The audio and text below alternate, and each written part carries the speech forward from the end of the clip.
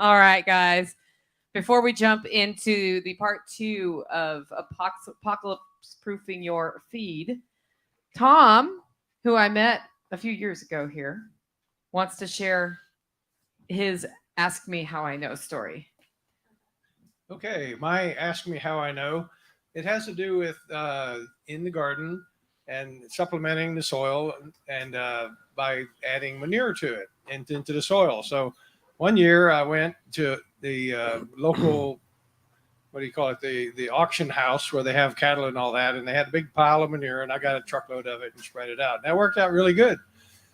And after that, about 3 years ago, this one friend of mine, friend, he said that, hey, I have a barn I need to clean out. How about I scoop up a bunch of the old manure out of there and put it and bring it to you. So he brought like a 16-foot trailer of it, and I got my tractor and unloaded it and spread it all over the garden. And so anyway, that's not a good idea. And will somebody ask me how I know? How do you know? Well, I'm still pulling weeds out that I've never seen before. And I have them all over my garden, in the garlic patch, and everywhere. So anyway, something to remember.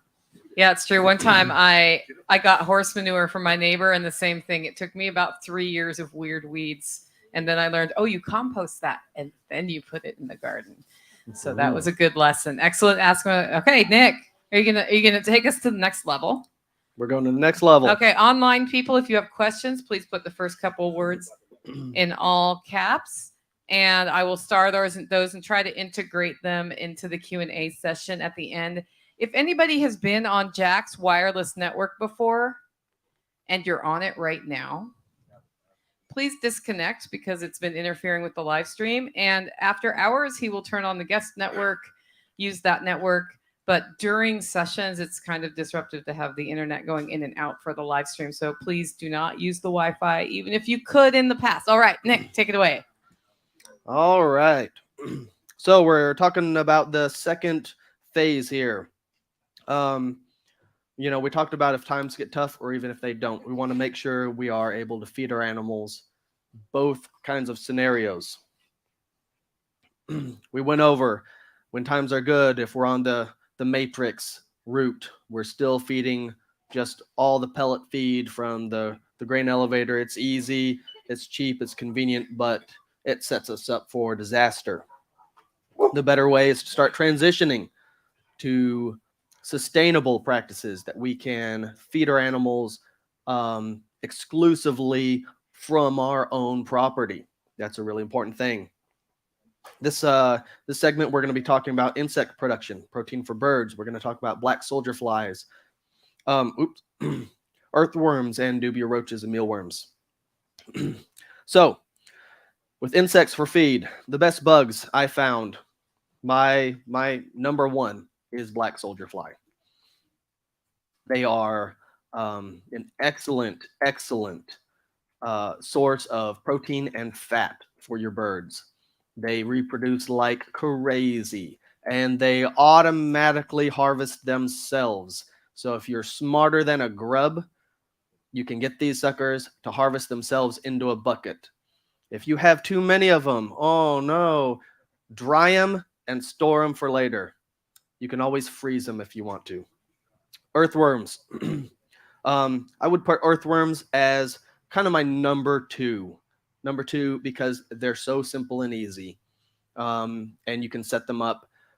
Both black soldier fly larvae and earthworms, you could actually set up in an automated feeding type situation where you have rabbits directly over top of the bins. And you could have some really good synergistic production right there. Earthworms, just pretty easy. Lots of information online about them. You probably already heard about them. Dubia roaches, you might not have ever heard about those unless you keep something like a bearded dragon.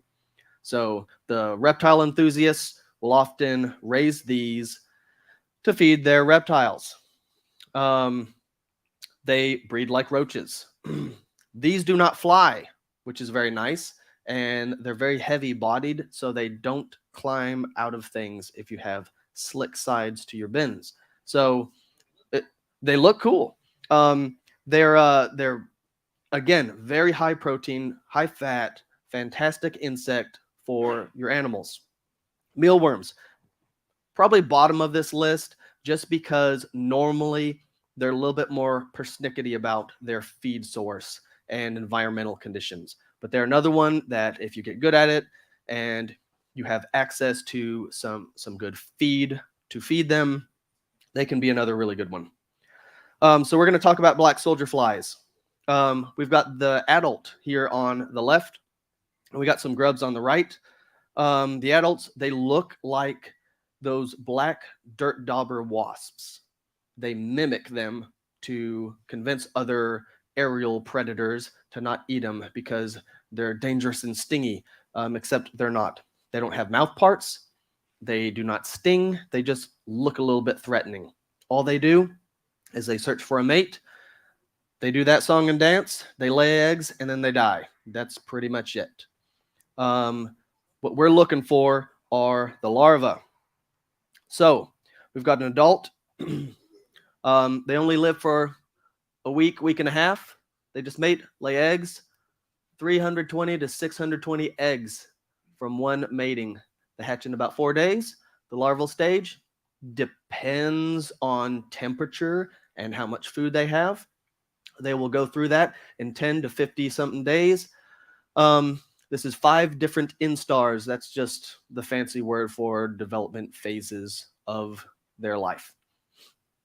And then the pre-pupal stage, 7 to 10 days, they don't feed. What they do in this phase is they migrate to a dry site. They migrate away from the feed. So if you have a nice big bin with a whole bunch of food for them, all these are going to be eaten. And then when they get to this age, they say, time to get out of here. They start crawling away. You got some ramps on the side. They'll crawl around and crawl away. They'll hit the wall and they follow the wall because they're stupid. They just follow the wall and go right up the ramp and right up the ramp and then down the little trap hole right into a 5-gallon bucket that you have waiting for them. And they will harvest themselves. When they are done eating, they're ready to turn into an adult. You can just take a handful of these and toss them out and they'll turn into adults and make more eggs for you and make more feed. Here are some pictures. This is a poured concrete bin. Very nice. You see the ramp on the side? If they circle around, they're going to keep circling around and hit this ramp and go right up and out. I don't like how these are on the side. We'll see a picture of them right there. I don't like how they're on the side. You can see all this. They've been climbing up this. I would probably coat this concrete in an epoxy paint, 2-part epoxy, to get a little bit slicker so they don't climb up it. You're probably always going to have that going on, but at least if you epoxy coat it, you're not going to have nearly as much of a stench issue, and you'll be able to handle some of that a little bit better. And I would prefer seeing these down here, at least at an angle, or have that platform a little bit further out and drop those suckers straight down. You can see what they did. They just rigged up a couple pipes and the worms just crawl into those tubs and they harvest. Yep, they could miss the exit and keep on going. Right here you have, this is a commercial version, and I think it's injection molded or something, and you can see they fall directly down. The plastic is a lot harder for them to climb, so they fall a whole lot easier in these plastic tubs. They make commercial versions of these. You can make them yourself. I have a couple more pictures here for you. Here's a commercial one. This guy's showing the ramps at the correct angle. You need to get the angle correct. We're not going to all the details. I'm just showing you what these things are so that you can start researching them and you can take that knowledge and run with it. So they climb up here and they fall down here and they fall down in that and they get auto harvested. That's kind of what it looks like. You've got a drainage because you need to get the liquid out. And you've got ramps. You've got a harvesting port. And those are the main things. You need a main body. You need ramps to get out. And you need a way to harvest them. Very simple. Here's a plywood version. You could do this. You could line it in EPDM pond liner. You could line it in poly plastic. You could use, again, the 2-part epoxy paint that they use in potable water reservoirs. People in the aquarium trade, hobby, will use that epoxy paint, and they'll make plywood aquariums that'll last for 20 years. And they're watertight. And they have marine ecosystems, which are very sensitive to chemicals. So that should work just fine for some maggots, right? So we got a ramp coming up here. This is just a ramp that goes straight up the side, and then there's a hole right up there.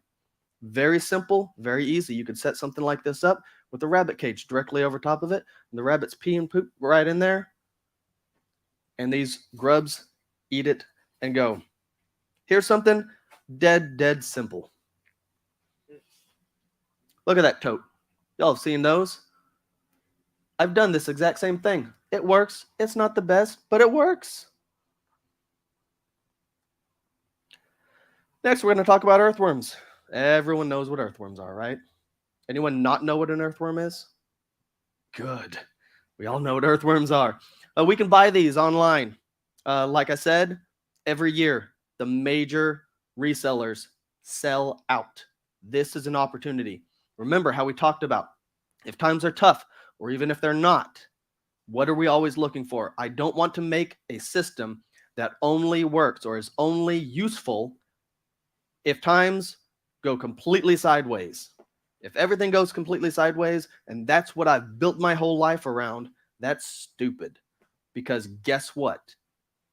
The majority of the time, times are not going completely sideways.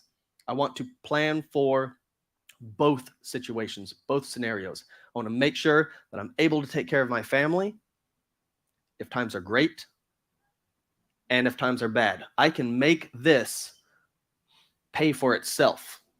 I've got a friend here who makes all of his hobbies pay for themselves. I love that mentality. And we can turn this right here, any of these things, into a little side income. I could start this and I could get a good system established for processing earthworms, and I could hand this over to one of my kids, and I could give my kid the opportunity to run with a business. I could get a website set up for him. I could handle the tax issues and all that stuff and let this kid run his own dang business, taking care of these worms and making money. And I want to tell you, these things are not cheap. You can make some good money with this. And it's as simple as feeding them some scraps. Very, very easy. Very simple to do. I like these big worm bins like this. You want to get them up off the ground if you're in fire ant hell like we are down here. They will. Yeah. He had to buy them. How much was that? Like $60 worth of worms in that little bag. Yeah. Yeah. I like these big bins like this. It's as simple as some plastic stapled on the sides. You could set this up and set up a nice big wide one right underneath the rabbit cage and automatically feed your worms. Yep, it might be. So this is kind of what the top of it looks like. What you can do is you can take all of the material from this side and move it over to the other side and put fresh material in here, and all the worms will migrate out of the earthworm castings on this side and migrate over to the fresh stuff on the new side. And that's the way you can take them and let them just do their own thing and migrate away from the toxic, to the worms, earthworm castings, into the fresh stuff. And that's an easy way to do it. We're going to talk about dubias. Most people really get freaked out about these guys. I have a really amazing wife because these lived in my house, right? In my walk-in closet. They were actually right next to the bed at one point, like 4 feet away from the bed. She's pretty amazing. These are also pretty amazing. Man, look them up. Let's talk about why you might want to consider raising these even if times are not tough. If you can stomach the idea of dealing with these jokers, we've got pairs here. 50 pairs, 50 males and 50 females. How much? Look at this. What does this say? Email me when back in stock. They sell out. They have an installment program. Yes, they freaking sell out. You know what it means if they're selling out? The market is not being met. You go to almost all of these online retailers for these, and they'll have some, but they'll almost always be sold out of these bigger packages. Exactly. You take these to any pet store, they'll be like, take my money. Okay? All right, here we go. 10 females and 4 males. 10 and 4. 14 freaking roaches for $25. Is that free shipping? I don't know. Probably not. 65 freaking roaches, $100. Are you getting the picture here? $200 for 130 dang roaches. They look very different.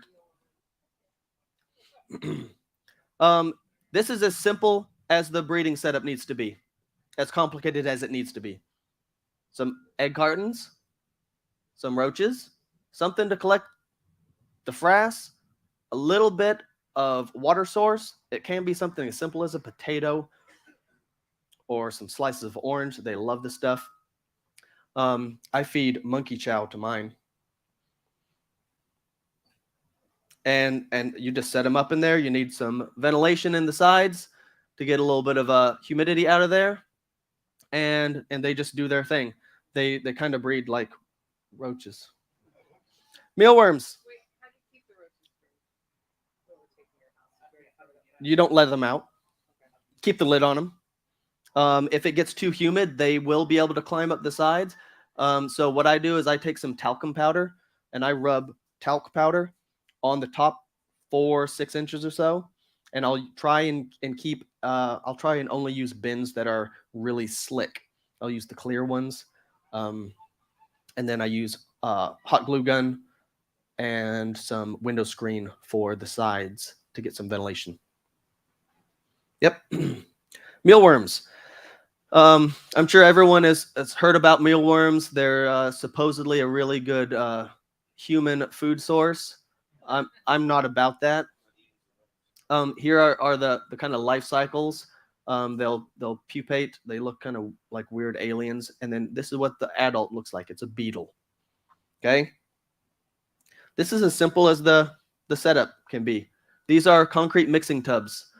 You know those black mixing tubs out here that the ducks get their water from? That's what these are.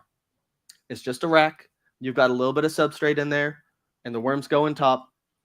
You'll put beetles in one. What they'll do is they'll have a very fine meshed hardware cloth, and they'll put all the beetles in that hardware cloth, and they'll lay it on top of the bedding, and they'll sprinkle a little bit more bedding on top, and they'll go through there and they'll eat and they'll lay eggs, and then you lift that screen up and shake it, and it keeps all the beetles in the screen, and you move them to the next one. It leaves all the eggs behind. And so those eggs are all within a certain age range, so they all develop at the same time. You feed them out, and then when they're ready to harvest, you scoop them all out, sift them out, and use them. And it's very systematic, very easy to do. And you could start with this stuff in a shoebox under your bed. They make no smell. They're very simple and easy. You can feed mealworms rabbit manure. You know, we're talking about raising willow and white mulberry to feed our rabbits. And we can take what the rabbits make and feed them to mealworms. Now, you can't do that exclusively because these actually absorb quite a bit of moisture. And like I talked about with the mealworms, I said they're very temperamental. If it gets too moist and moldy, they'll die. So Typically, people keep them on wheat bran. I don't like the idea of being tied to a grain product because then I'm tying myself back into that system. However, that might be something to help you in the interim period. Like I said, it's all right to be using those pellets, but let's not make our whole dependence based on grain elevators. You say, but they're gross. We've got Ramsey here. They're absolutely disgusting. I say, who cares? But did you die? And that's kind of the question. If we are designing something to create sustainability in our lives, and the boogeyman that we've got to deal with is some gross bugs once a week, yeah, quit whining. This guy would love for you to eat these bugs. We've got a Dr. Evil superimposed over here. We got a nice little shish kebab of mealworms, I think. Mealworm kebabs. How about no? That's what I say. Instead, let's do this. We can raise these insects, which, I mean, they're pretty good. They're pretty good for chickens, and we can turn those into that. So we can eat those insects. We can just do it this way. I like this way better. All right, so we're going to talk about storage a little bit. I'm trying to get through this fast enough I can have a nice amount of Q&A time. So storage. We touched on pellets a little bit. We touched on drying the stuff a little bit. And we talked about fermentation. The questions are always, well, how many fodder trees do I need? They want a recipe for success. Life often just doesn't work that way. I wish I could just give you, here's the number, start with this, and that'll be good for you. Everyone's taking pictures because they think these are the recipes. These aren't the recipes. I just made stuff up. I did put 20%, 20%, 20% white mulberry because we know that's about the upper limit that we can push to chickens. It's a little bit more than that we can put to Muscovies, and it's a lot more than that with geese. We can feed geese pretty much exclusively off of this fodder. That's one of the nice things about geese. But talking about chickens and quail, we need to keep that number down. So, I mean, we split it up. We got 50% insects, 60% insects, 30%. We got some grains over here, carb crops. So, I mean, we could, if we're thinking about how can I make this sustainable? How can I make this productive on a small scale? You could be growing some pumpkin. You could be growing some winter squash. You could be growing sugar beets. You could be growing all kinds of carbohydrate crops that you could grow on a smaller scale or even a large scale.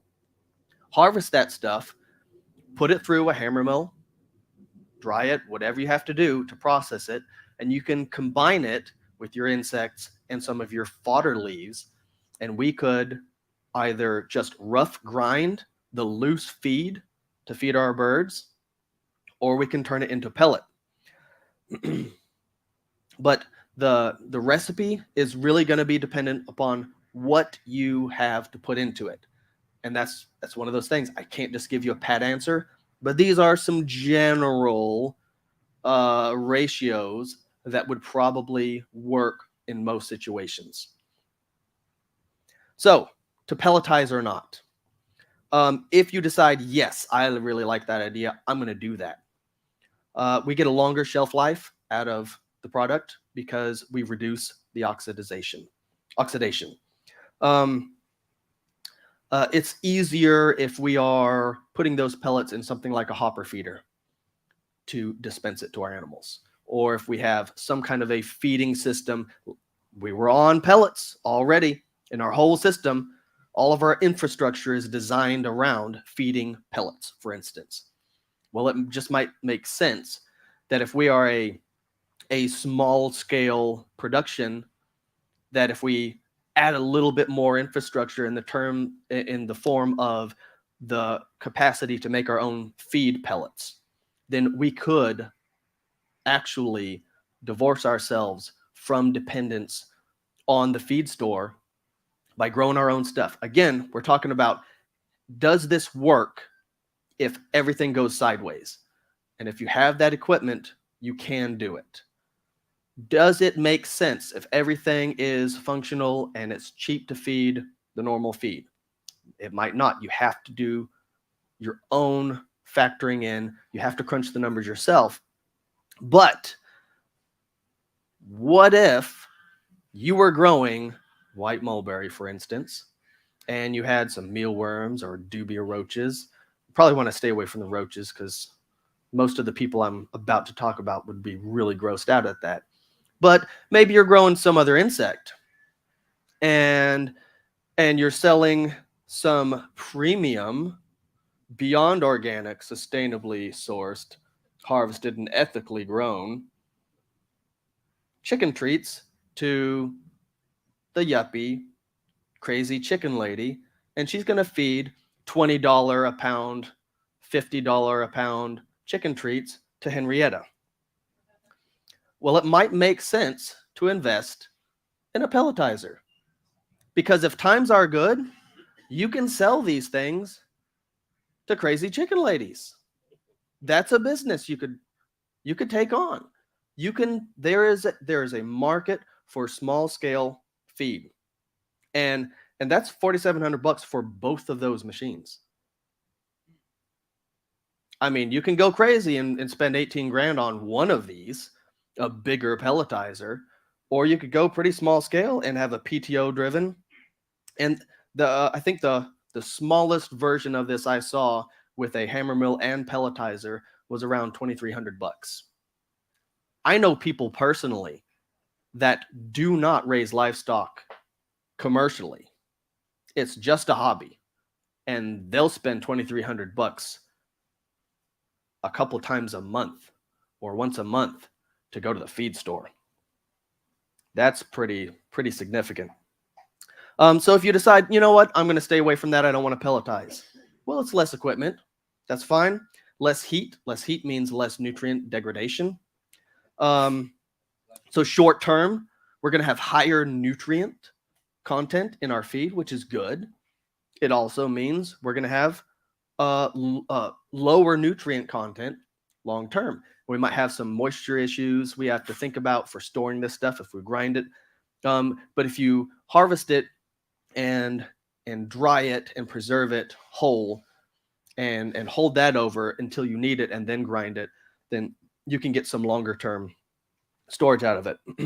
And something as simple as a low-tech grinder will work. And you can get these cheap corn grinders, PTO driven or gas or diesel or electric powered, cheap corn grinders for very little, just a few $100. Does anyone want me to go over this again more in depth, or did we get it? We good? More in depth than before? Is that what you mean? Yes. I've pretty much covered this. I think Jack has another presentation. If anyone would like to cover this, because I do want to have enough time for a little bit more Q&A, yeah, we can do a work-in session. So, final thoughts. If we use these fodder trees as that foundation, because everything starts from there. Remember, there's our fodder trees. That's our foundation. We can feed our ruminants, rabbits, sheep, goats, cattle, anything that'll eat those leaves can go in place of this. And most likely, the yield from this can go to feed something like this. If we, let's say you don't eat rabbits. You don't want rabbits. I don't want to eat rabbits. Why would I do this? I can take these rabbits and I can sell them for a profit. I can sell them to people that want to raise rabbits, and I can keep all of the manure, right? I could sell that manure. People buy that stuff. You can literally find this stuff in gallon bags on Amazon and eBay, and they're buying it like crazy. Okay, there are reasons why you want to do this stuff, even if you're not going to eat them. Do not look at this and say, well, I don't want rabbits, I don't want to eat them, this doesn't work for me. Look at the possibilities. The earthworms, switch that out for black soldier flies. You know, black soldier flies eat meat, dead stuff. If you don't want the rabbits and you can't sell them, you know what we could do with the rabbits? We could kill the rabbit and throw it in the black soldier fly bin and turn it into chicken food. I raise rabbits to feed my dogs. It's better dog food. I have very healthy, very happy dogs, and they get rabbits. Break the neck, throw the whole rabbit to them, and they're happy and healthy. Okay? So I can turn fodder trees into a 24/7, 365 security detail that patrols my property and will die to protect my wife and children. All because I have fodder trees. And that security detail is pretty much free because I'm feeding fodder leaves to the rabbits, feeding the rabbits to the dogs. Okay? We're thinking outside of the normal Western paradigm here. That allows us to divorce ourselves from dependence on outside sources. I'm not advocating for everyone becoming insular and being separated from society and saying, I'm going to be 100% self-sufficient and independent, and I get to just unplug completely and shut my gates and put up concrete walls around my property, and I'm going to handle everything myself. Don't do that. That's crazy.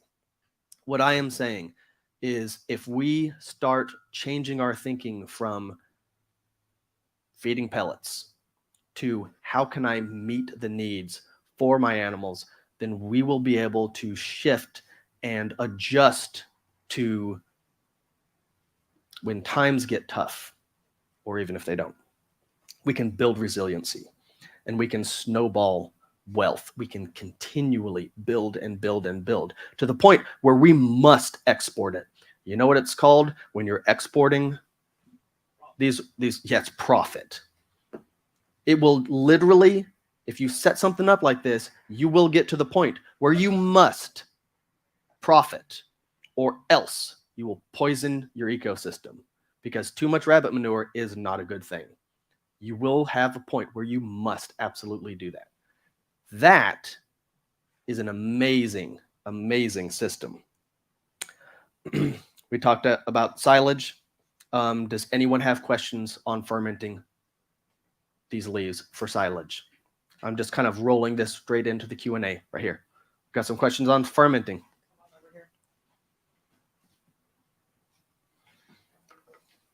You mentioned lactobacillus bacteria but doing this anaerobically.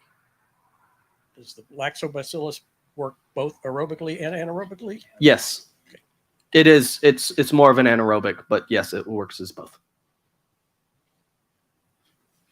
So when I think you mentioned this briefly, but you said you could store this in like 55-gallon drums. Yes.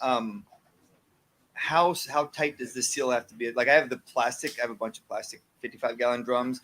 The lid doesn't really come off. They have the two spouts are for liquid primarily. Yep. If I cut one of those off, like how secure does that top have to be to keep them dry? And great question. So what I would suggest is you put a liner in there, a bag liner that extends a lot higher up.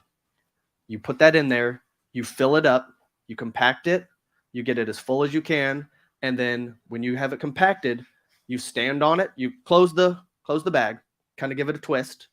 Don't twist it tight so air can get back out of it, and then you push down on it, stand on it, whatever you got to do to kind of squeeze more air out of it, and you get that packed down as much as you can, and you give that a good hard twist, put a little bit of duct tape around it, or tie a string around it, fold it over, tie a string on that, or duct tape that, put your put your date on that so you know exactly when that was made and when you can start using it.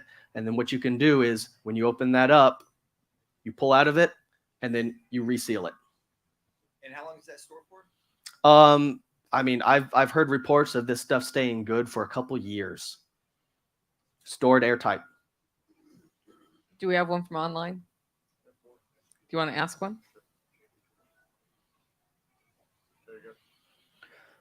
I have 2 old bathtubs that I will set up for summertime. Any ideas on insulating them for -20-degree winters? Currently thinking about just bringing the red wigglers into the house, and I don't know if they meant F or C on that temperature. Either way, yeah, you're gonna need to bring those worms inside. They'll just turn into an ice cube block. Yeah, I'd bring those red wigglers in, set up a double, triple layer tote set up for your worms. You can keep migrating them up. That's one of the best ways. You have holes drilled in the bottom of each of those totes, and you start them in the bottom, and when it fills up enough that another tote can sit on top of it, then you set it down there and you put a little bit more bedding in there and more food. They migrate up through the holes into the new bedding, and they start eating that stuff, and they keep eating it and keep eating it. They move away from the worm castings in the bottom, and they keep migrating up and up. I do that inside. You can do that in a closet. You can do that in a heated garage. You just have to protect them from freezing temps. I've got 2. Just briefly on the fermented silage, do you have to add a starter of some sort to that? No. Or you just pack You don't it have to down, add a let it go? starter. They are completely covered in the kind of bacteria that you need. I would not worry about it in the Awesome. least. And if you could just briefly touch on the dog food and kind of the process of Yeah. going about feeding the dogs with the rabbits and the chickens and stuff. Yep. So if you have dogs that are not used to eating like that, then you're going to have to transition them. Joe, right? Joel was talking about dog training, and he used a lot of examples of incremental shift, where you incrementally change the mindset, you incrementally train. You don't just expect a dog to do this elaborate set of movements and routines and do all these cool things. You go one step at a time. You go one step, and you go to the next step, and you go to the next step. Make it very simple. And so, very simply, does anyone have a dog that would pass up table scraps? Not a single. Oh, one dog that would pass up table scraps. Okay. Thank you. Most of them will not pass up a table scrap. So you could take the rabbit, you could harvest it, clean it, just like normal. Cook it part way. Put some seasoning on it. Cook it halfway. Feed that to them. And they get the taste for it. Hey, man, this is good stuff. And then the next time you cook it, you put the seasonings on it, and you just sear it. It's mostly raw. Toss that to them. Yummy and crunchy. There's all kinds of good stuff in here. The next time you do it, you skin it. You don't gut it. You put some seasonings on it, and maybe you just try it like that. Maybe you have to put a little bit of a sear on it. The idea is you want them to associate that as yummy food. That's what I did. It took me about 3 different steps. I just skinned the rabbit and put a sear and a little bit of garlic salt on it. And it tasted good. Bones, yes, everything. I'll get to that in just a second. So I transitioned them like that, step by step. If they wouldn't eat it, I'd go back to a previous step so they would eat it. Once they were used to it, it got to the point where all I had to do was I took the rabbit out of the cage, set it on the ground, put the tool handle across its neck, lift it up very sharply and quick, snap the neck, cervical dislocation, the rabbit's dead. The dogs would line up on the other side of the fence. I would toss the first rabbit, to the pack leader. That alpha dog got the first rabbit, and the rest would just wait. They'd wait for their rabbit, and the next one would get his rabbit, and the next one would get her rabbit, and the next one would get her rabbit. And they would all take their rabbits off to their corners, and they'd lay down, and they'd eat the guts first, or maybe the head, or maybe both. And then they'd bury it, and they'd let it season and get all delicious. It would just smell so good to those dogs. And they'd eat on that for 2 or 3 days. And then I would let them fast for a day. So if they finished it off on day 2, they didn't get any food on day 3. They had a hopper feeder, but they weren't interested in that nasty kibble dog food stuff that I buy from the store, because they get good stuff, right?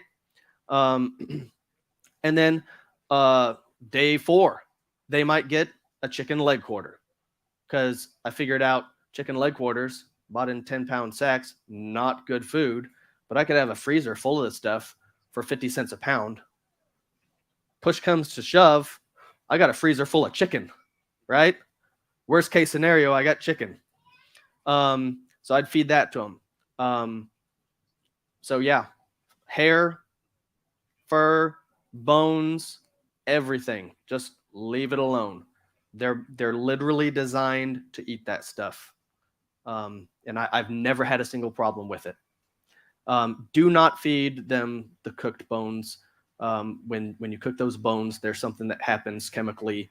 The bones kind of crystallize a bit and they get very splintery. But you can go home today or after this workshop. Don't go home today. We got fun stuff to do. You can take a chicken bone and set it on a cutting board and just smack it with a hammer. It's not going to splinter into 1,000 pieces. It's just going to kind of crumble or smush. And that's what happens. Those dogs will just chew right through that. It's no problem. The raw bones. Raising black soldier fly, is it only a warm weather sport? Can you do anything? I mean, what can you do year round if you have, Tennessee weather or? Yeah. So they are warm weather insects. If you're going to raise them in a more northern climate, you might want to consider season extension with a greenhouse or a hoop house, maybe some active heating. But otherwise, what you can do is just set up lots of bins, take advantage of the warm weather, put tons of feed to them, and process a whole bunch of feed during the summer. You can take those larvae, you can put them in a solar dehydrator, a solar oven, and just cook dry them. And you can take that and dump those into bins, or you can pulverize it and pelletize it and just use that however you need to. They just show up. Yeah. Yeah. I've never had to buy them. Yeah, they're like disgusting crawling manna from heaven or hell. The answer to how do you get them started? So I was really big into home brewing years ago, and I found them just growing in a mash tun that I just didn't clean out quick enough. All you have to do is get some feed, some laying pellets, some cracked corn, anything like that, get it wet, set it in a tub in the shade, and wait a couple weeks, and they're going to be crawling all through it. And you just take those, dump them in your bin, and you're good to go. Okay, let's take one from online. Hatch. Josh says, can a feed pelletizer be used to make Traeger smoke pellets for another side hustle? Absolutely. A lot of those feed pelletizers will have the capacity to pelletize wood. Like that's what most of these are made for. The more heavy duty ones will do wood and then all of the feed. The light duty ones will only do feed because they handle crumblier, less dense feedstock material. But absolutely, you could take you could make mulberry Traeger pellets and apple Traeger pellets. Yeah, absolutely. Yeah, getting started with mealworms and quail. What's the best way? Because will those little guys even eat a mealworm? Absolutely, they'll eat a mealworm. If I were raising insects, I would go more towards the black soldier fly larva for the quail because they harvest themselves. David, do they eat them whole? Because I don't raise quail.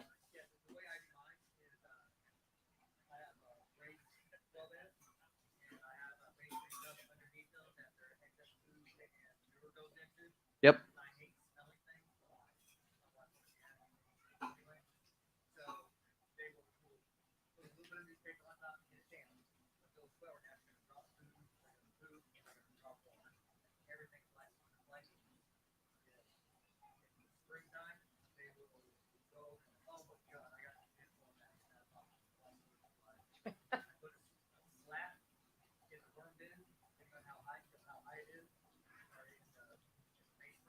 Yep.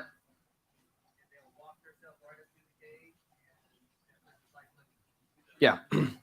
Yeah. So absolutely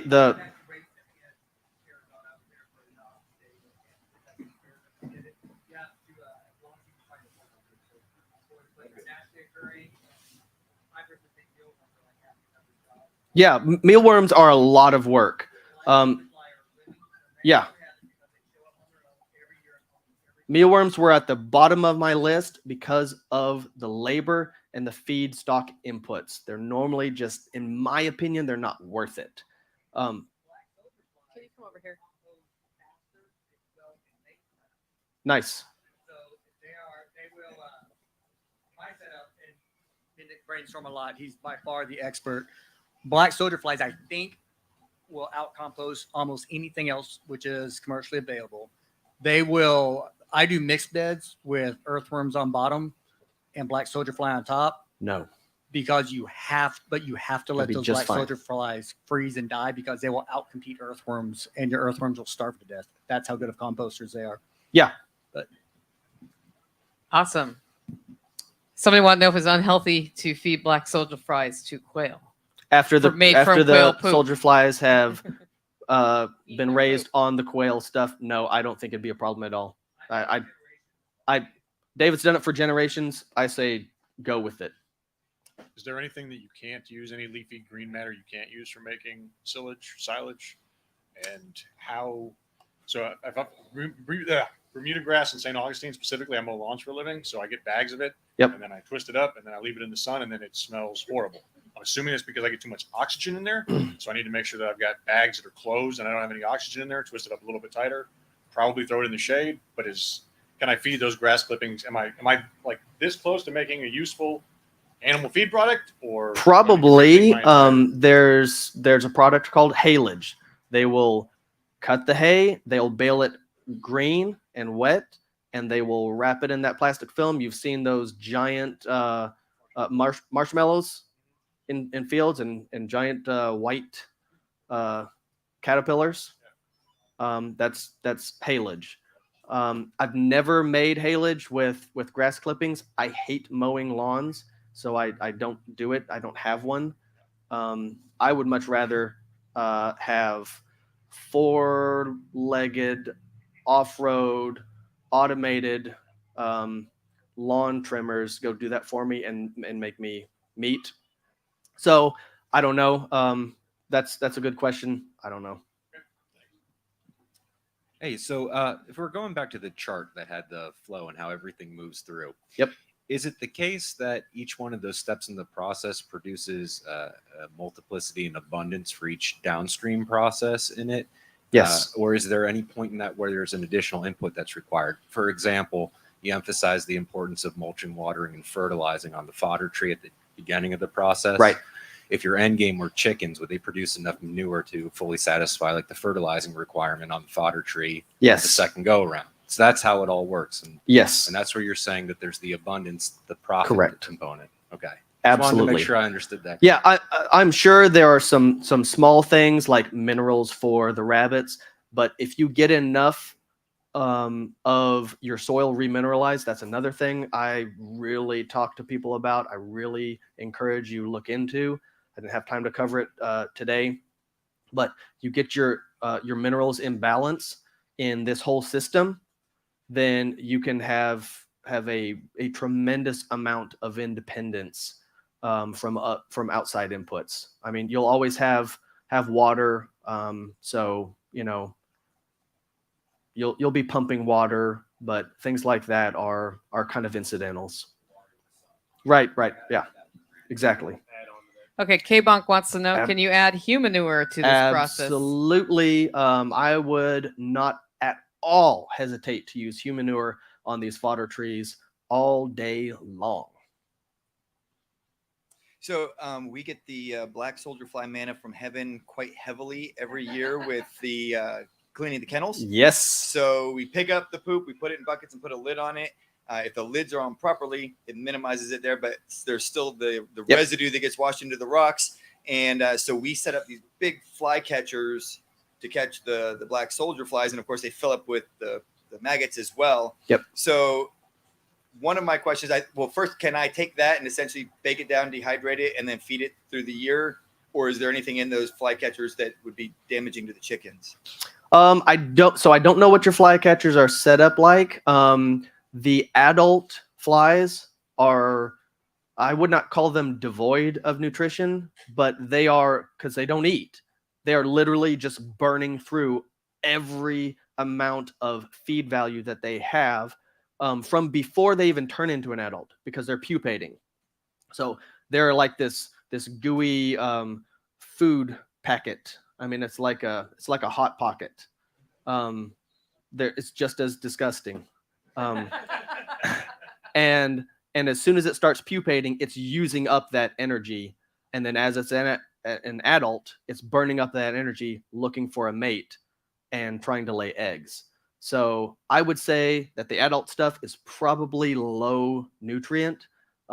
Instead, what you should consider doing is setting up manure processing with black soldier fly bins and harvest that stuff, and then you use the leftover sludge. You clean that out, you put it on your fodder trees, and then you raise your fodder trees to raise rabbits and maybe geese, and use those to feed your dogs.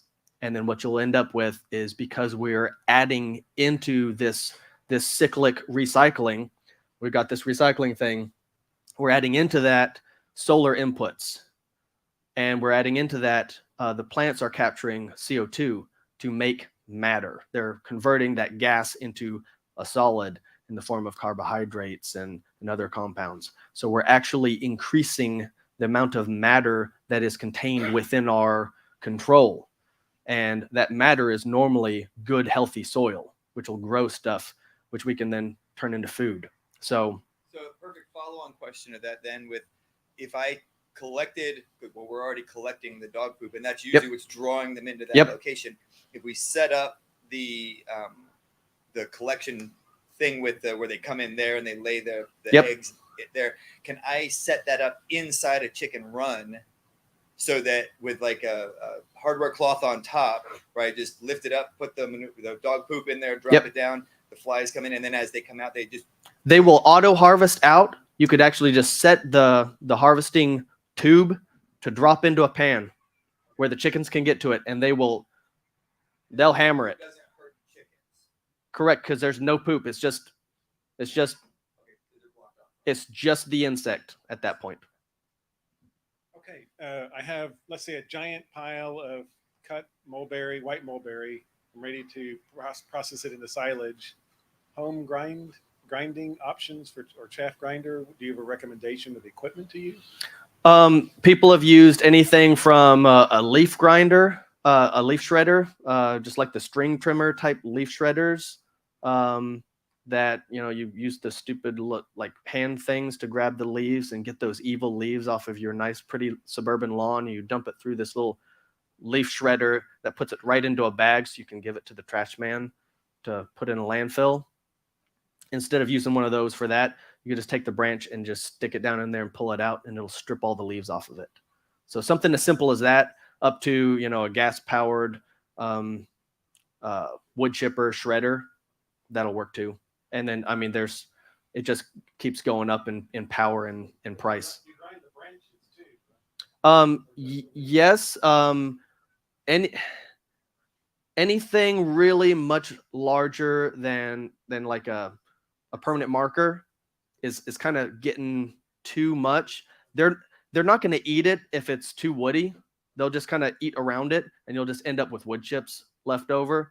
But if you're putting it through a silage process, I would just either strip the leaves off if you have really big material. That first cut is going to be bigger material. Subsequent cuts will be much smaller, and you can just shred the whole thing, stalk and all. Yeah. Okay. Will store-bought sunflower seeds sprout to feed chickens? Thank you in advance. Yep. It absolutely Unless will. they did something horrible to them. Yep. Well, you know what? If they're roasted, they won't. There you go. Like black oil sunflower seeds at the feed store is different than in the bag with salt. Yeah, I don't buy the so bird roasted seed, things. yes. Food seed, Bird seed, no. yes. The little packets, no. Yeah. Unless Okay. they're raw, then they probably will. Then they might. Okay, I think that's all the questions. Do we have anything else Excellent. online? All right. Well, Nick, thank you so much for jazz hands. Thank you so much for this. I'm sure if you have a lot more detailed questions you want to throw at Nick, he's here. He's really good at giving his time to questions about this, and he knows so much about many things, is like the soil mineralization. That would Yep, be a good yep. thing to talk to Nick. He knows where to get your test and is a pretty good advisor for what to do when you get your test and don't know how to read it, for example. We are flowing into the evening time now. Dinner's at 7, I believe, right, Dorothy? Dinner's at 6:30. Oh, okay. That's fine. You want to? Okay. We're ready. We're almost ready. Okay. Well, we actually have sessions probably until 6:30 with the breakout sessions. So from here, guys, the garage becomes a bar.